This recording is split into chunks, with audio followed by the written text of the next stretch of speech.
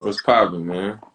You know, man, I'm excited to have you on. I've been trying to get you live from the bubble. I've been harassing you. You know, Man, you ain't been harassing me, man. nah, yo, damn, I've been borderline harassing. Yo, damn, cause you killing the bubble. You going crazy. I need that. You know, this is a daily show. I need that right on time. You know, Dame dropped 61. I want it that night. Like, yo, what's Right. going on? Yeah. How you feel? What's popping? How you Right. doing, Dame Wallace? I'm straight, man. What's going on with you? You on vacation? Yo, well, I just got back from vacation. You want to hear these movies? Like, I mean, we was yesterday, and we on the Global 650. This is the best plane you could get on. Motherfuckers start going fast and go, whoom, stop. And he goes, we have a problem. And Callie get up because I'm terrified. Right. But Callie, he even worse than me. So he get up. What do you mean we got a problem? He ain't trying to hear shit. Right. So he's like, you know, we're going to take it to the mechanic. He was like, oh, no. We not. This is a wrap. So we wound up staying in the Bahamas. And shout out to everybody, the one and only. They beautiful. They took care of us. It ain't nothing wrong with being stranded in Bahamas in the water and all that. But this morning I wake up and I hear a little voice. As soon as I open my eyes, I hear my daughter say, Dad, Dad. So I'm like, look out the window. It's a tropical storm. I'm like, fuck, no. Like, yo, I thought we was never getting out of there. Man, you gonna have me traumatized listening to this shit. Nah, I'm just saying, no. We came safe. Vista Jets, great airline, whatever, you know. I mean, we had a great time, but we went through some shit. You know what I'm saying? Yeah. Some stressful stuff. How you feeling right now, health-wise? I'm good, man. I dislocated my finger in the playoffs against the Lakers, and then I came back and hurt my knee 1 or 2 games later, but I'm straight now. I mean, I took my couple weeks off. You are on the court. Yeah, I've been training on the court for like 2.5 months now, so I'm straight. I'm all the way good. Damn, yo, Dame, let me tell you something about you, man. I need to know where did you get this confidence from to pull up from anywhere and take that shot? Man, I've been doing that for a long time. So I think it just comes down to how often I work on it. You know what I'm saying? Like when you got so many reps at something over all these summers, during the season, after practice, before practice, and you just doing it over and over, it becomes like an efficient shot. So I mean, I didn't just got comfortable with it because I shoot that shit so much, like in my own time. And like I started working on it even harder in the last 3 years because of how I get defended now. Like sometimes that's the best look that I'm gonna get sometimes. So I gotta be able to knock that down. Shout out to Snoop Dogg. Dogg is in the comments. Yes, sir. Let me see. I ain't see. Yo, Snoop, you killed that shit, that Mike Tyson fight, baby. Yeah, he did. You killed that shit. And yo, yeah, he did. Nate Robinson, my brother, damn, man. You know, he put out he was going to do it for the NBA. Yeah. And thought about, like how you felt when you seen your comrade go down. I mean, obviously, you pulling for him. You know what I'm saying? Being a former NBA player, you pulling for him. You respecting getting in the ring because I'm a big boxing fan. Like outside of hoop, boxing like my favorite sport. So I pay close attention to the sport. I know how dangerous it is, and I think if anything, that just showed people, that your respect for fighters should be through the roof because it's a brutal sport, and anything can happen. I think once he knew he was signed up to fight, he accepted the fact that either I could come out with my hand raised, or I could lose on the cards, or I could get knocked out. I mean, that's part of the sport. So I think to the world, everybody gonna clown him, everybody gonna say what they got to say, but to a fan of the sport, they know that once you get in the ring, anything can happen. So it is what it is, man. I'm just happy that he healthy. man, I'm happy he got up. You know, I Yeah, love. He got a lot of heart. The other guy, Jake Paul, he looked like he was ready. He looked like yeah. he really, you know, he really had that length. I think Nate would have won a street fight. I would have slammed him, body slammed him or some shit.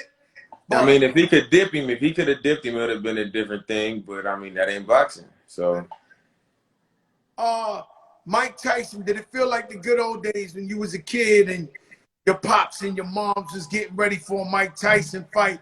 Did it feel like that? It felt like that to me. it's like that. When I started getting into boxing, it was when my family was having big fight parties and shit like that, and there was Mike Tyson fights, and they only lasted. The undercard was what it was, and then it was 5 minutes, 10 minutes. But I mean, just his aura, man, like that's Tyson. You know what I'm saying? Like when he came out, I was just like, he came out, he don't got no robe, no nothing. He had his little beanie cap on his head. But I just love how he didn't, brought himself back. He was on top of the world, and then he came down, and then he didn't manage to find himself. And I think now if he fight, he could make close to what he made back in the day, just because people just how enamored they are and how in love they are with him. Amazing to me, right? Like, so I follow everybody from young to old people. And I'm on my story. Everybody watched that fight, though. Like, I mean, from young to old, I seen the OGs having fight parties. Yeah. I seen the young cats. Everybody tuned into that thing. That was like, I'm sure they broke a record or something. No, it was a major event, and I think what people really sleep on is like he fought Roy Jones Jr. You know what I'm saying? He didn't just pull somebody in there like, oh, I mean, he fought Roy Jones as somebody. You know what I'm saying? Like that's Beat a me up. major fight. You know, Yeah. Roy Jones up to beat me up one day. I seen you tell the story before. Motherfucker pulled up on me, man. I ain't Right, want him to let him go on me. Like, right. Roy Jones beat heavyweight champs and all that. Yeah, Nah, man. I mean, it was a it was a real thing. I mean, you got two legends in the ring, so I mean, I'm sure they did break some kind of record. what was it like working with Melo? And I've never heard Melo big up another player like you when he said you was a true leader and you was really for the whole team. What was it like playing with living legend Carmelo Anthony? Man, I loved it because, I as an NBA player and even before I got in the league, because of how I was brought up and being from Oakland, I wasn't taught to, you know, look up to the people who's the most popular, you know what I'm saying, or the most well known. It was like, what I'm saying, you gotta watch how people move, watch how they speak and what they say, and watch their behavior and how they act, in certain situations. So before I played with Melo, I always respected and had love for him because of how I observed him to be from afar. On top of how great he is as a player. So when he came to our team, I was excited, but I was more happy with, the type of dude that I figured out he is. You know what I'm saying? You hear people talk about, that he's a bad teammate and he's selfish and he's this and he's that, and you don't know for yourself. So once I got up on him for myself and I was in the locker room with him, in every city we go to, we going to dinner and we kicking it and we watching film together and we on text and we just, in practice, me and him standing on the side chopping it up. The more I got to know him, I'm like, man, I got even more love and respect for him because of the type of dude that he's been able to be, and to keep his ways about him even through all the superstardom and being a future Hall of Famer and all that. So that was my biggest takeaway being in the locker room with him. It was like, obviously the court is the court. He gonna make big shots. He gonna Yeah, have that respect factor. But I mean, the type of dude he is I got nothing but respect for him. he came up at a time where it was more about a one-man show. And I Yeah. don't really name those guys like Steph Marbury or AI, Yeah. Stevie Francis, Yeah. uh, Melo. they came up at a time where they were the guys on the team, and people wanted them to score 50 every night, Right. fill in the blanks. Right. And if the only problem is, Kobe was like that too. The only problem was, if you don't win a chip, then they come back and look at you as you selfish. You're gonna get the blame. Yeah, I mean, what player you think you modeled your game after coming up? I wouldn't say I modeled my game after nobody really, because I just liked a lot of guards. You know what I'm saying? I loved Nick Van Exel and Mahmoud Abdul-Rauf, Stephon Marbury, AI. Like, all them was my kind of guards. Gilbert Arenas. Like, I loved everything about them. And they was also the ones that was never, like, super, super highly praised other than AI. But it was just, like, the mentality, the game they had, and they was all, like, neighborhood type guards to me. You know what I'm saying? So like in my neighborhood, it was like I felt the connection to them and I felt like they represented us. You know what I'm saying? So I would say, if I had to say somebody, I would say AI, because he just had that. He reminded me of somebody that could have been from my neighborhood for real. Like, and he didn't, regardless of how big he got, how much love or respect he got, he was like, man, I'm gonna be me, and that's the end of it. So He's one of my best friends. You know, I'm gonna say AI was the closest thing to Tupac Shakur. Real shit. And the no, reason, I can see that. I can see that. every game that AI had, say AI at its prime had a game in Portland tomorrow, 2 nights. There'd be a party with 10,000 dudes with AI jerseys, all the biggest in the world. AI, the Braves, like, I've seen parties in Miami, New York, everywhere, where he would sell out like if the #1 rapper was performing that night, and it was just everybody, the toughest guys in the world, with the AI jersey. And no one has really had that effect to me, you know, as a ball player. So that's why I call him like the closest thing to Tupac. No, I agree with that. You know, and I don't think nobody ever came close to that. And I think a lot of it is because of like what I just said. People feel a connection to him. Like, it's like he's a superstar basketball player, but he ain't too far removed from like us. You know what I'm saying? And I think a lot of people felt that way. Like, they didn't feel like they was on his jock by wearing his jersey, or kind of like, you feel me, like trying to do what he did. I don't think nobody felt that way because they felt his energy. You know what I mean? Man, let me tell you, man, and I asked that, man, nice AI came to New York, hung out, got drunk, and we stood in our boys' apartment in the South Bronx tenement with drop Phantoms, Rolls Royces outside the front door. Stanley, what's up? My young boy, my nephew, Cat Stanley, he just made it from Duke. He made it to Indiana. Yes, Congratulations. congrats, bruh. What was that bubble like, Damon? Was it harder playing in the bubble, or you rather play with your fans? Me personally, I'd rather play with fans, but I mean, I understand why we can't. You know what I'm saying? It's more important things than what us wanting to play in front of fans. But I think, to me personally, the bubble was way easier because it was just like, it was really no distractions. We didn't have to travel after games. Like, shit, we was leaving the arena sometimes 10, 11 o'clock after a game, and we would go right back to the hotel, and they had cold pools set up at the pool for us, and we just get our recovery in right after the game. They had food laid out for us, and we go up to our room, lay down. I mean, everything was laid out. It wasn't no plane after, bus to the hotel, check into a room, get situated. It was none of that. It was just like boom, boom, get up the next morning, practice, all in one spot. So like, our bodies was recovering faster. We was more rested. I mean, it was way easier to me. I think that's why you saw a lot of people just killing like that, for real. Let me tell you something. Let's go back to the AI. You and him have in common something you might not know. You know, blew my mind. Blew my mind. I was out there in the All-Star weekend, and you came out to perform. AI got crucified for trying to rap in his day. Yeah. NBA actually brought you on to perform. You want to say what's up? Holla. Don't just walk. Come and say what's up to Damian Lillard, man. Come on, man. I know you got a fresh cut and everything. The man. Yo, homie, you good? What's good? Yeah. Everything blessed. Congrats on everything. Appreciate it, bro. You're going to have to put me on one of your next joints, man. There you go. There you go, boy. Put me on something. Put me on something, man. We got to cook something up. Put me in the game. Put me in the game, coach.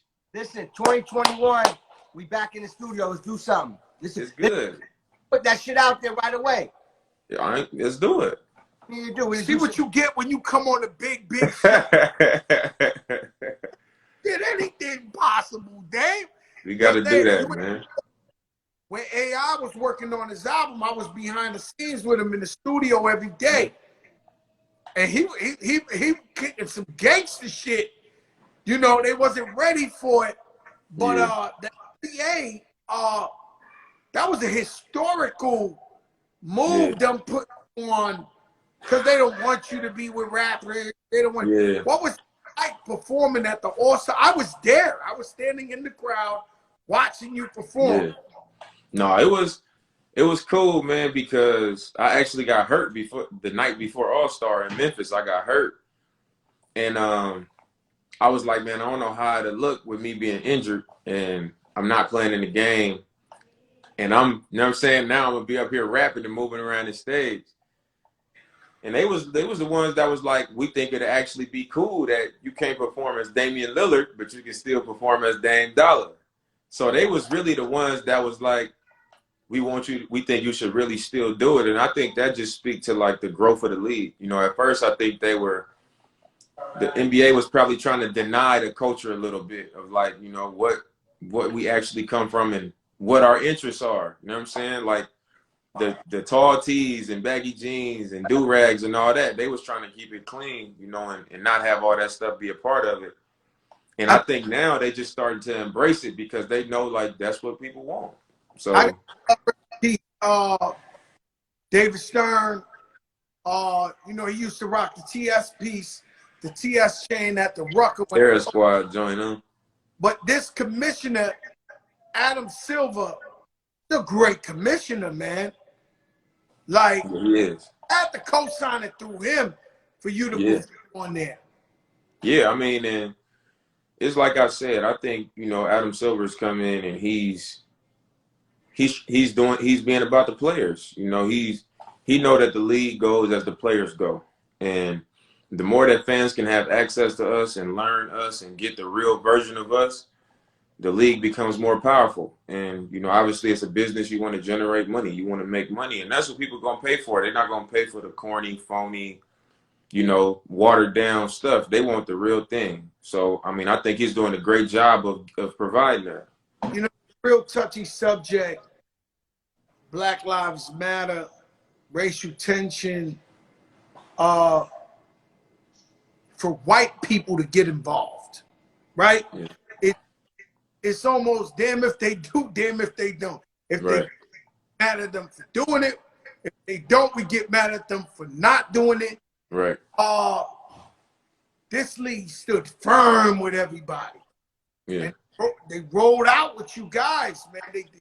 They you know, they are to be commended for supporting the Black Lives Matter movement and all that. And you as a player, did you feel like they had your back?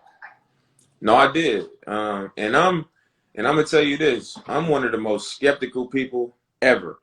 Like, I'm skeptical of everything. So when we first decided, like, okay, we're gonna go play, I was like, well, what is this about? You know, like, are they committing to support the movement? Because if we don't go play, how billions of dollars could be lost? Like, when we get here, are they putting Black Lives Matter on the court to appease us? Are they making all these T-shirts and all this gear to appease us? That was my first thought.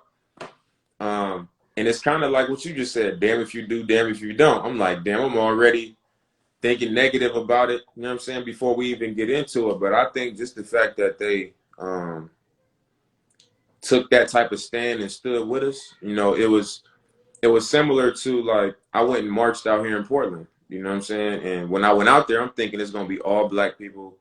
You know, we're gonna march together, we're gonna stand together. And when I got out there, it was 50-50 split. It was like half black, half white. And I'm like, I mean, it's a great thing that we got this many people that are not black and, you know, probably not directly affected by these things out here supporting like that. And I think the bubble was like, I walked away viewing it like that. You know what I'm saying? Like they could have easily been like, all right, we're gonna be in a bubble and we're just gonna steer clear of that subject and we're gonna try to bring something positive. They could have went a completely different route. So I respect, you know, the fact that they stood up for us, and I think it was in line with what the NBA has been doing in recent years as far as like standing with the players. No, I love it. I love it. And basketball is my life. You know what I'm saying? My life is music and basketball. You know, as a fan, coaching street basketball, you know, I live basketball is everything to me. So I appreciate that they had your back and they were there every step of the way. I'm very proud of the NBA and how they stood up for everybody. Let me ask you a question. Who's your arch nemesis? Who do you dread playing? And meaning, who you like, holy shit, I got to go up against this guy. I got to play all this defense. And the next day you sore as hell. You don't want to get out the bed because this guy won't stop coming. I mean, if I had to say I had an arch nemesis, it'd probably be Russ. Because me and Russ, when we play against each other, we going after each other. Like, it's been that way every time we played since I've been in the NBA. 8 straight years of just like me and him go at each other, but I mean, it's respect off the court. Like we solid, we cool off the court. But once we play it, I just feel like we going after each other every time. Like it don't matter beginning of the season, middle of the season, end of the season. Like no matter what it is, we going after each other. Like so, I would say him, but it ain't really. It's nobody in the league where I dread playing against. You know what I'm saying? The only time where I'm like, damn, is if it's like we playing 3 games in 4 nights and we on the road and we play Indiana one night, then we play Minnesota, and then or we play Indiana, then we get a break, and then we play Minnesota, and then we gotta go to, you know, I don't know, Brooklyn. Say we gotta go to Brooklyn, and we end in the 3 and 4 nights, and it was Kyrie or something. I'm very tight with Mike Bibby, and he would complain to me, be like, yo, I hate playing Steph. He's just so strong. You know, I know I'm going to play. Several players have always told me, yo, there's one player, you know, Al Harrington. At one time he had to check Yao Ming. And, yo, Joe, I couldn't get off the bed the next day. Right. And by mistake, his knees hitting the back of my back. And he was like, yo, I couldn't get out the bed for practice and you know, that's the reference if I had to say one, I would say probably Steph, because he just don't stop moving. Like when you play against Steph, it's not even like when he has the ball, it's when he don't have the ball. He just running all over the place. They screening for him. And it's like it's a heavy workload when you're playing against him because he don't stop moving. He'll make any shot. He'll shoot any shot. It's like, damn. Picks. Yeah, man. 4 picks. How you going to stay with this guy and then he going to shoot from anywhere? And he going to shoot it fast as hell. He going to catch it and it's going to be gone. So all he needs is a little space. Draymond setting illegal screens. Like, that's the one where I'd be like, damn, you know, the night before where you like, man, I'm about to have to chase him around. Like, he could get hot. You know what I'm saying? Like, you just. And then after you chase him around, you got to, you know, it's Dame time. I got to do something back. Over. You got to, that game-winning shot. Which one? Hit several of them, but you know which one I'm talking about, that big game. Okay, see? Yes. You wanted the ball bad. You wanted to take that shot. What was that like? I mean, once we we got the ball back and it was a tie game and I knew we was gonna get the last shot, I was like, I'm not gonna force nothing to the rim and end up somebody hit my arm or I lose the ball or something and the referee's not gonna decide the game. So I mean, I just got to a comfortable spot and I was like, you know, he backed off me a little bit. I was like, I'm about to just raise from right here. Like You prefer a deep shot over like going to. You think you have a better chance shooting a three from a distance than going up for a layup at the basket. Your it odds. depends. You prefer your odds shooting the three from the other side of earth. It depends on the situation. Like some games I can get to the rim easy on certain defenses. Like if they don't have good help side defense or if they don't have a real rim protector, then I might challenge them at the rim and put the pressure on the referee and like really think that I can finish. But if I've been making jumpers like in that OKC series and in that game, I was hitting deep threes the whole game. So at that point, I was like, I had it rolling. I was like, it don't matter where I shoot from. If I can get a clean look, it's going in. So True that the basket seems like extra bigger when you on a roll. Like I've heard players say the shit just going in. Like you just is. nah, it for sure get bigger. The basket look way bigger when you making shots and the ball feel better. That's what's crazy. Like the ball feel better in your hands when you get rolling. That shit crazy, man. I mean, you made moves this year. Shout out to your man CJ. Yes, sir. 1-2 punch, deadly. You That's guys. my boy. That's my boy. No, he busy. He ain't no punk, man. At all. No, he a dog. He get busy.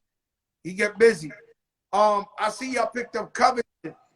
What's Yep. your expectations of Covington? I mean, I expect him to be himself. You know what I'm saying? I think we known for performing offensively. Like we don't have an issue scoring the ball, putting points on the board.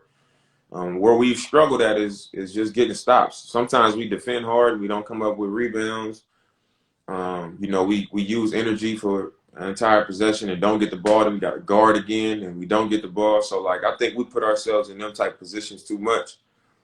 And our defensive rating ended up being low. But I think when you add somebody like him to the equation, he's a great perimeter defender, good length and size, get a lot of deflections and steals, and he's an underrated shot blocker. Like to be a wing, he's usually at the rim blocking shots. So I think it's something that is complementary, to the team that we bringing back. Here, Dan, you're looking amazing. This is your time. Everybody has a time, right? I remember Derek Jeter, who's my favorite baseball player. I was at a Yankee game, and he hit a home run, and 60,000 people, tell him to lower it. 60,000 people were jumping up and down, and me, I was jumping up and down. And I remember me looking at the crowd, and shout out Erica Ford. I'm looking at the crowd, and everybody's going crazy. And Derek, and I said,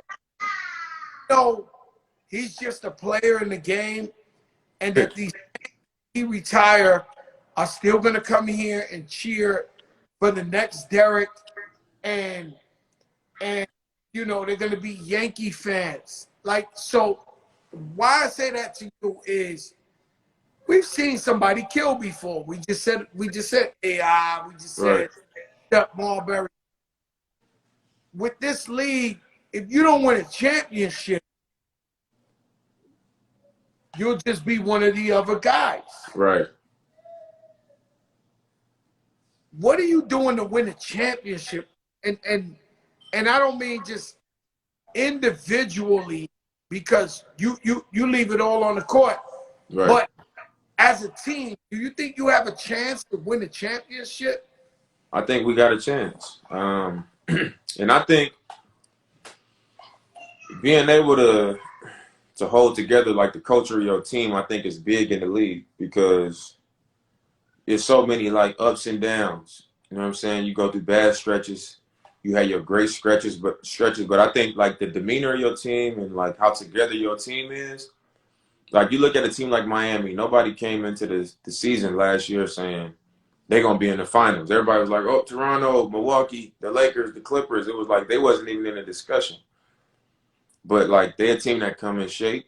They play together. They unselfish. They defend. You know what I'm saying? They do their job. They hold each other accountable. And like you end up where you end up when you got all that shit going for you. You know what I'm saying? Even when you're not supposed to, or people might not see it. And I think our team, we got that type of energy. You know what I'm saying? Where we together, there's no question, regardless if we get our ass blew out, or if we blow somebody out, or if somebody come off the bench and have 40, and I have a low scoring game, CJ have a low scoring game, our team is like, we the same. We come to practice the same. We gonna talk in the locker room the same. So like, that's something that's on our side. I think it's a matter of us just being able to sustain that every single night and getting in a position where it's like, all right, now not only are we together, we won games based on who we are and how we do shit. So now we going into the postseason confident, like this shit work. Like we that team. If they're gonna beat us, they're gonna have to take it from us.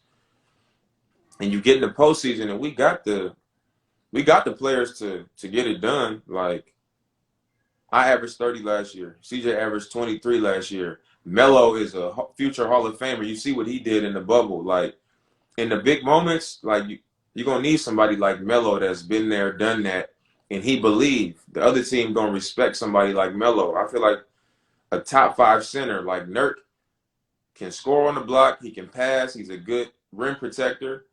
Then you add Covington, Derrick Jones Jr., Rodney Hood, Gary Trent, Enes Kanter, backup 5. That's a quality backup 5. And Great. if it all fall into place and we do what we supposed to do, we can do it. Like I really feel like we can do it. And I think like you said, like if you don't win a chip, everybody will be like, oh, he didn't win it. He was great, but he didn't win it. And I'm like, I talked to Melo about it. I'm like, bruh, I was telling you to come here 3 years ago. When you was in OKC in Houston, you should have been came. Me and him always talk about it. But I tell him, like, you're not going to play with nobody like me that, like, of course I want to win it for me, but I want my legacy and I want my shit to be tied to yours because you're going to have a great comeback story because you was on the couch. They was trying to play you. And you came back, we welcomed you, and like I want to see you. You're gonna be a Hall of Famer, but I want to see you have your ring too. And I'm gonna get to be a part of that story. You know what I'm saying? So like all that stuff count to me. You know what I mean? Like I feel like we got the makeup to get it done. It's just a matter of like how committed we gonna be to that. You know what I'm saying? Like what do it really mean to us? Mm-hmm. And I never get the lyric right, but it's in one of Jay-Z's first songs where he said, you know, if one of us fall, each other be each other's crutches. And it's always been my philosophy where I want to help my brothers, not wanting nothing back, no money back, no nothing like that. But hopefully one day if I need your help, you can pick me up. Yeah. That has always been a Fat Joe strategy. You know what I mean? That's how I look at life. Yeah. When it comes to the rap game, what are you trying to do with this rap career? Man, I always did music. Like before I even knew I was gonna be an NBA player, I was doing mixtapes. And when I was in high school, me and all my partners, we used to warm up at our high school basketball games to our own songs. Like, so I've been doing music. And then when I got to college, I mean, I was in my junior year before I was on like a mock draft. I was in my 3rd year in school. I didn't know what was gonna happen. And every summer I was doing mixtapes and doing all that. So I always like fuck with music heavy, like as a listener, like I always like wrote music, you know what I'm saying? So that's just part of it. It ain't like I just got to the league and was like, all right, I'm about to try to just start rapping. Like I always did it. So once I got to the league, I just was like, I'm gonna establish myself, you know, for the reason that I'm here. And I'm gonna make room for, you know, the other stuff that I'm passionate about, like music. Ball player rappers don't get into the violence because boy, you caught that beef with Shaq. I'd have been really worried for you with the diesel on the physical. Have you ever seen Shaq in real life? Yeah. That motherfucker big as hell. Yeah, I know. Did you listen to him? Yeah, listen to Shaq, man. Let me No, I'm tell saying, did you listen to when our songs was going back and forth? you, he sent me your song and he sent me his.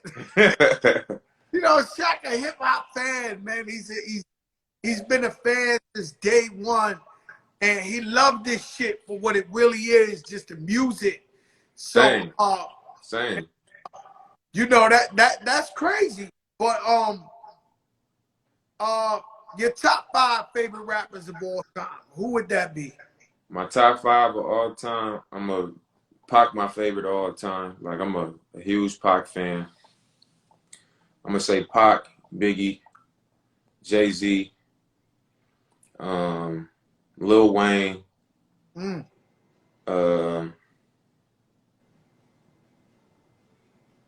Pac, Biggie, Jay-Z, Wayne, and I'm gonna go with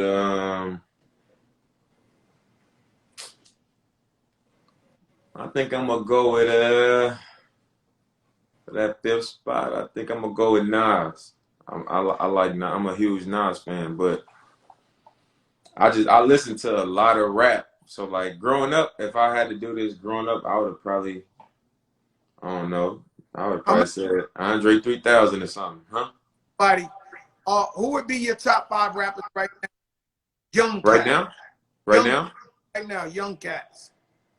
You mean young, like I mean, young. not like Kendrick and them? Wait, the Roddy Riches, you know. Oh, the young ones, I would say Lil Baby, Roddy Ricch. Um, I don't want to miss nobody that I really like. I like Rod Wave a lot. Rod Wave, a lot of people don't be on to it like that, but I think Rod Wave in there for sure. So Hey, that's my man. You know, I love a big boy style. You know what I'm saying? yeah, You fall on that stage, he got his ass right back up, man. yeah, he did. That's a I fact say right there. I got Roddy Ricch, back Lil up. Baby, um, Rod Wave, Da Baby, and YBN, well, Corday. Oh, Corday's he's a spitter. Yeah, That's my that's my guy. style for sure. He's a spitter. To me, I love them all. I don't think nobody on uh nobody on that Roddy Rich. Nobody. I don't think nobody touched that album this year. The Roddy Ricch. Yeah, I think he should have been nominated for Grammys and all that. Yeah, Roddy Ricch hard. You know, and right behind him, I would have said, unfortunately, Pop Smoke passed away. Yeah, I like Pop Smoke too. I just ain't. It just wasn't a lot of material. You know what I'm saying? I ain't heard a lot of material from him, but I did fuck with his album heavy though. Yeah, his album surprised you actually, right? It most certainly surprised me And then when you heard the whole shit, you was like, because oh, I just heard the one song was going. It was everywhere. Some of the songs, and then when we was in the bubble, like 3 of the young dudes on the team was just playing that shit over and over and over, and I could hear it coming out their room, and I'd be walking down the hallway. So I went in my room and was like, man, let me listen to this. And the next day at practice, I was like, man, I had it in my AirPods. Like, okay, yeah, that shit let's happened. actually go. You know, I thought the song was cute. You know what I'm saying? I met him. God bless the dead. Rest in peace, he was a gentleman, great kid. And then I'm walking in my store up in my seat, and they was playing that shit to death. That album when it came out, and I was like, yo, I was listening to. So she wanna mess with the whoa. I was Yeah, like, oh, yeah, that's hard. yeah, he was a big thing. Like I was like, holy shit, he was a superstar. Oh yeah, somebody said Lil Durk too. I mess with Lil Durk too. You know, Durk, Dirk, he honorary mention. Know what I'm Okay. saying? Uh, favorite. I don't want to say your favorite ball player five at the time, but your favorite five point guards My favorite of five all point time. guards. I'm gonna go. You consider AI a point guard?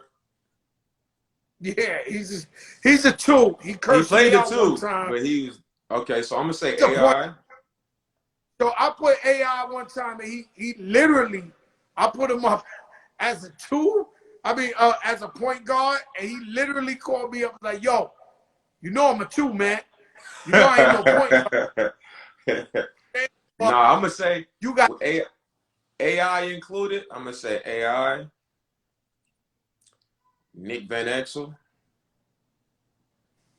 Gilbert Arenas, um,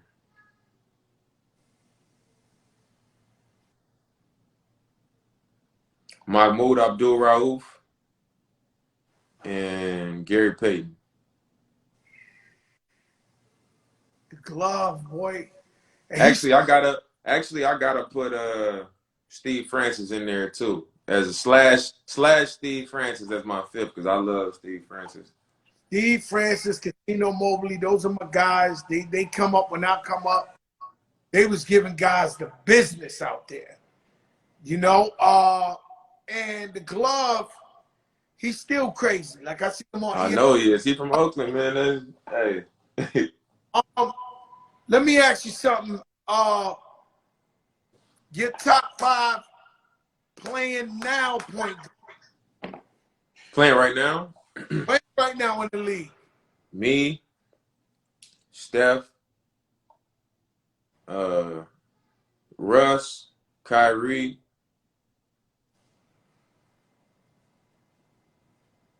I'm trying to think of all the point guards before I say my fifth. You got Trey Young. You got John Morant. You got Donovan Mitchell. He ain't a point guard. What is it, two? Yeah, he's a two. All right. I'm gonna say me, Steph, Russ, Luka Doncic, Woo! Look at the and point guard.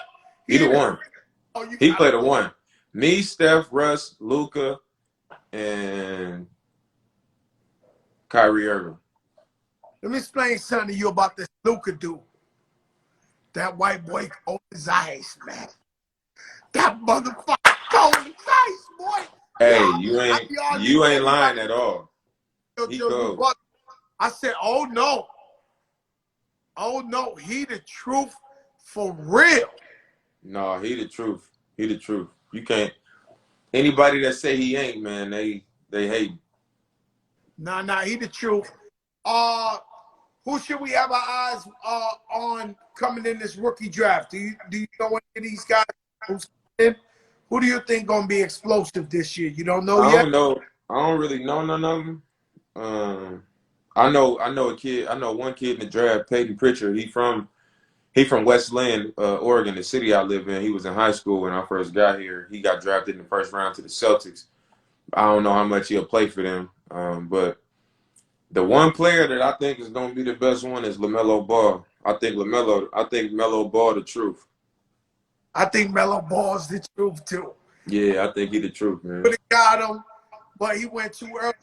I think in the East we gotta really watch this youth. They got Vernon from Duke, Mm-hmm.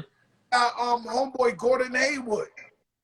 No, I think they doing good just with LaMelo. They got Gordon Hayward over there with them. They got the Kid from Duke, the center, Vernon. I know, and they got a forward man already from I think from Carolina the year before. So they got some young talent in the East like that. You know, that lower half of the East is gonna be there for them. So I think they're gonna be straight. Yeah, they excited. Yo, Dame, man, thanks for checking in with us, man. God bless.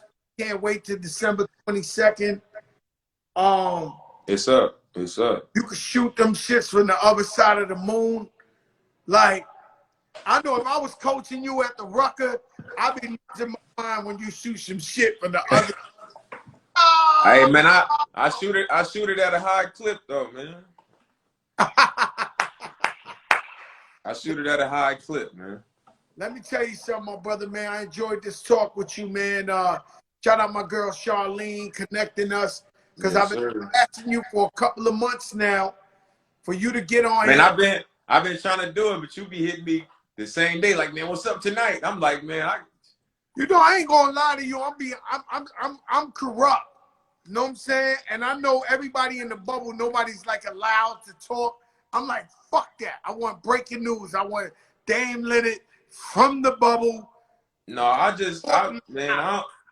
don't do a lot of planning myself. I usually just, you know what I'm saying? I just go how it go for me. So, My but just brother, them times you was coming with, I was like, bro, I can't do it tonight. you know, if I was in Portland, man, I'd be up in them sneaker spots heavy.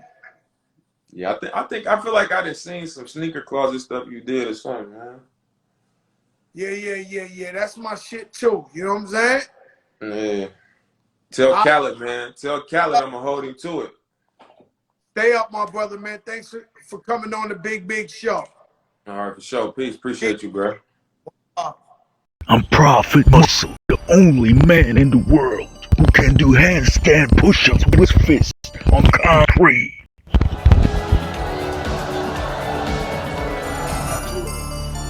I got trained by Roger Mayweather, Crazy Temple next. I'm the son of Roger Mayweather. Roger, tell these motherfuckers subscribe to the Prophet channel. Prophet Muscle. Subscribe for more, bro.